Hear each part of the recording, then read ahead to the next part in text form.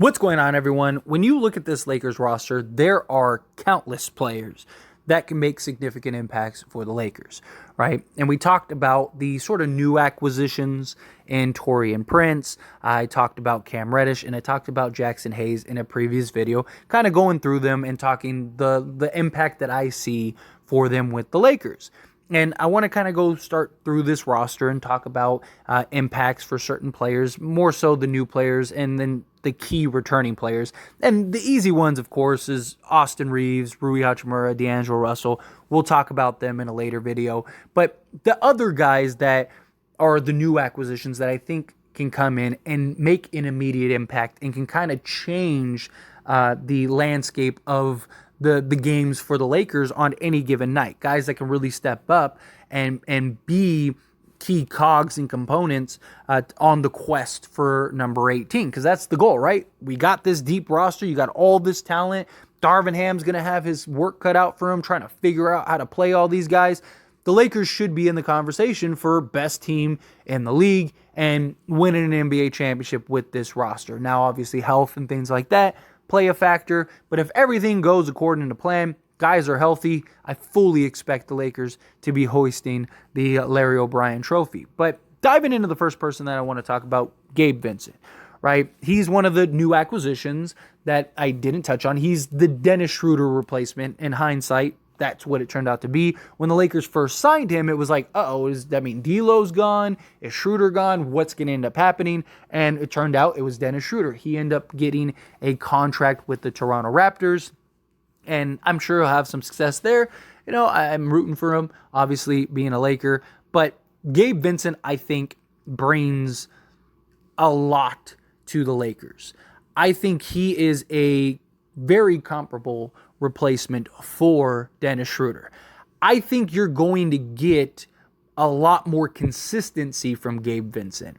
Now, Dennis Schroeder, I think when he's on, his potential is bigger than Gabe Vincent's, right? Like when Dennis Schroeder has it going, that dude's like a 20 point a game night guy, give you 25 and 5. He had big games, big moments for the Lakers, but there was also a lot of times where he was played off the court entirely. Because if his offensive game isn't clicking, yes, he's good defensively, but he's undersized. And so it makes it difficult, right? He was just getting abused by guys like Murray, where Gabe Vincent, he's a little bigger at 6'3", 195 pounds. He's, again, in similar ways, a point of attack defensive player, a guy that can hold his own. He can guard more positions, I think, in my opinion, with his size, with his length, with his wingspan. Now, he is similar in the sense of he's not a great playmaker, right? Like Dennis Schroeder's not a great playmaker. He gets tunnel vision a lot. He's kind of like a get-to-the-basket type point guard and drive and kick type point guard, but he's not a guy that really sees the court well.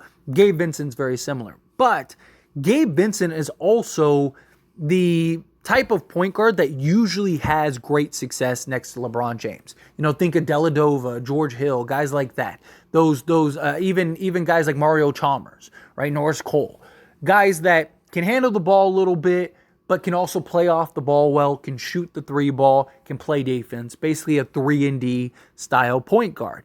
And that's what you get with Gabe Vincent. Now, he did struggle from three during the regular season last year, but he was great during the playoffs. In the playoffs, he was like 37%, 38% in the playoffs. And this is a guy where, yes, this past year he shot 33.5%, but the previous year on almost the same amount of attempts, he was 0.3 shy.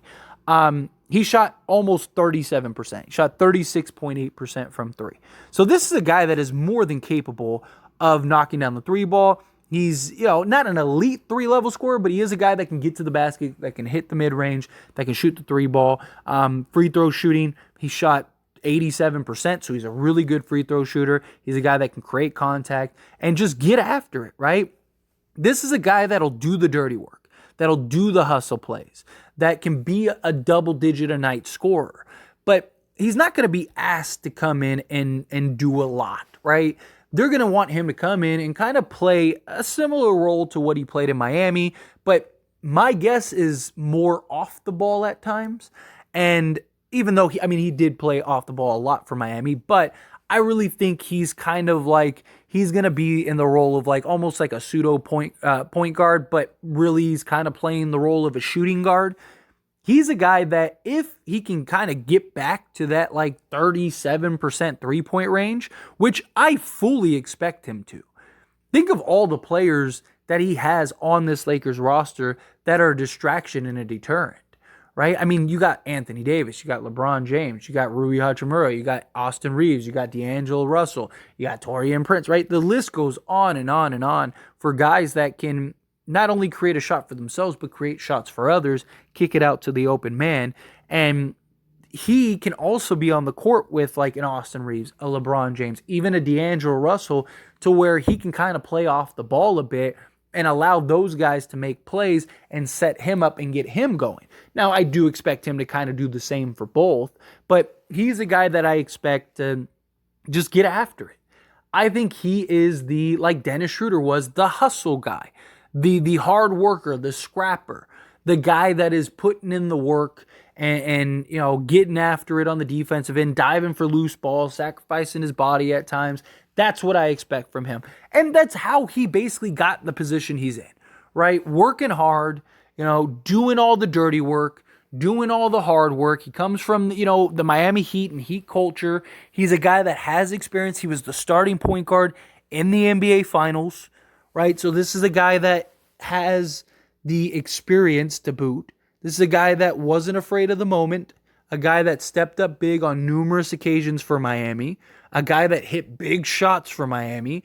This is a guy that you can trust in late game situations to put in and not have him turn the ball over, which is key because Darvin Ham really liked Dennis Schroeder in that role because of his defense and his ability to be a point of attack guy.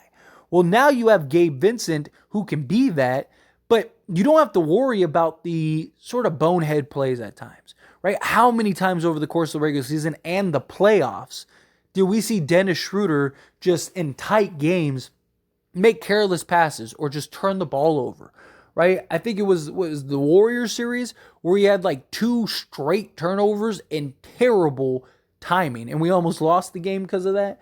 Like, those kind of things are a concern. Gabe Vincent, I don't think you're going to have that issue with. And I also think, like I mentioned earlier, he's not going to get played off the court. I think he's a guy that you can trust to kind of do what he needs to do, play the role that is asked of him on a nightly basis, and have that impact.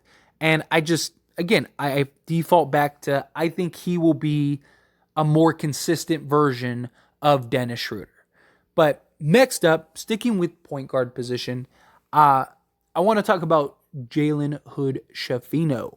And the only reason I really want to talk about Jalen Hood-Schifino is just because of some comments that Darvin Ham and even Rob Pelinka have said about him potentially getting an opportunity for the Lakers this season.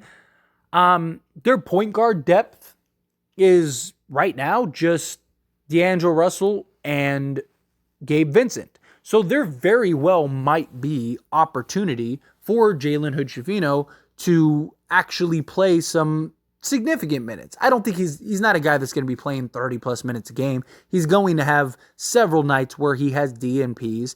And the Lakers have also said that they want to use Austin Reeves in more of a point guard role, having more point guard duties, stuff like that. So I do think that will be, because the beauty of like this roster is you have a lot of interchangeable guys, right? So you could even do lineups where Austin Reeves is the point guard and then have like LeBron at the 480 at the 5, Taurean Prince at the 2, and then like a Vando at the 3 or something, or maybe Rui at the 3.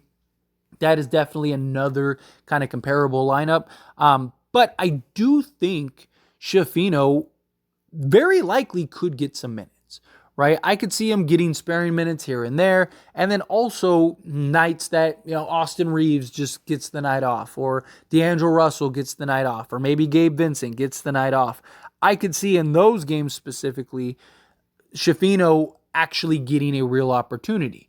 And I think that he will be okay.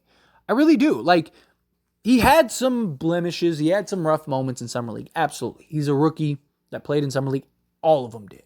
right? Even Victor Wembanyama, with all his hype and whatnot, he played terrible in his first game, right? It happens. Guys have bad games. They're learning the game. They're trying to understand the game. They haven't fully grasped what the NBA and what the game is. They have to adjust to the pace and all that stuff. But we saw a lot of really good, positive looks for Schifino. His three-point shot really started coming around. Now, I'm not expecting him to be an elite three-point shooter or anything like that, but can he at least be serviceable in the minutes that he's in, right? We also saw his ability to go from, point to point, get the rebound, and just push the pace. He can be a sort of pseudo Russell Westbrook for us, right? Lakers, the last several years, even after Russ, the Lakers were able to be one of the top teams in pace and fast break points. I think Schifino gives you that look. You can put him with some of the young guys and kind of just play this run and gun offense where he's just kind of being distributor playmaker, reading what the defense gives him, and just get to the basket, right? Tack to the basket. We've seen him and his ability to finish through contact, to finish over guys with size. Because he's 6'6", he's got a good wingspan, he's got good size, good frame, and he's strong, he's sturdy, right? We've seen him in Summer League. Now, can that all translate to the NBA? We'll find out.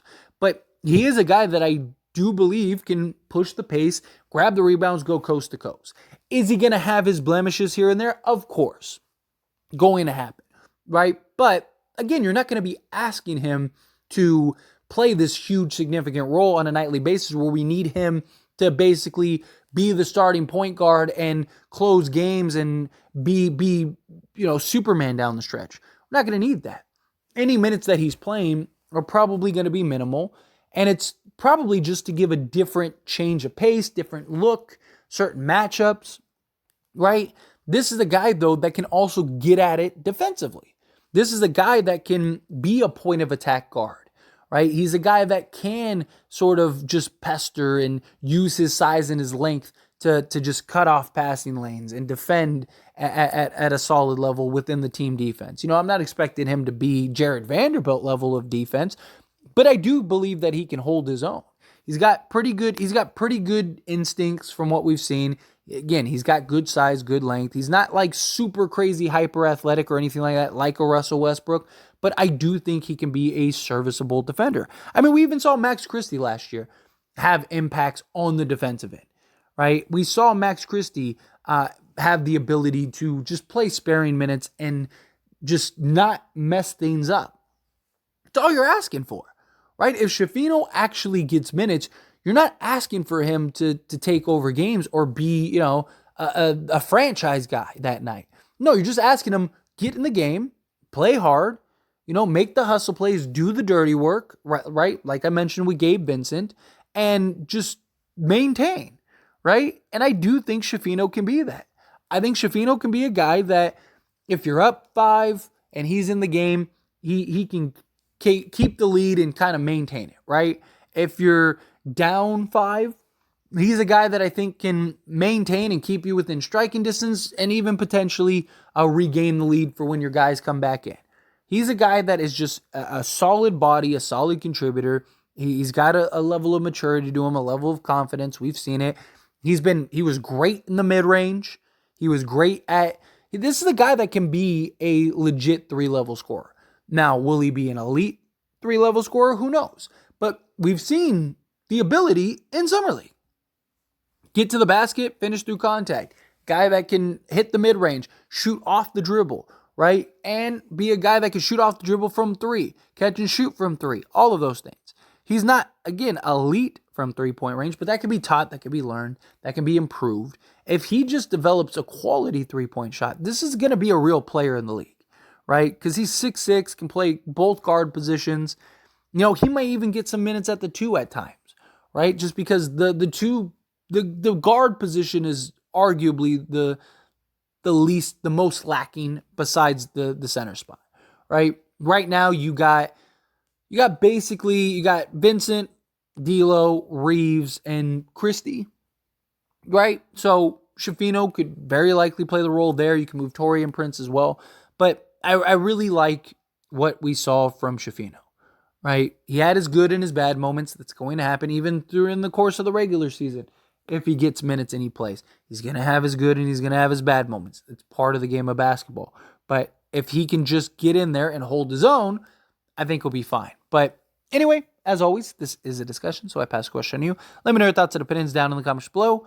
What do you think of Schifino and Gabe Vincent? What do you think their impact will be? Do you think it'll be massive? Do you think it'll be somewhere in between? Do you think, maybe even in Schifino's case, none at all? Again, whatever your thoughts are, I'd love to hear it. Let me know.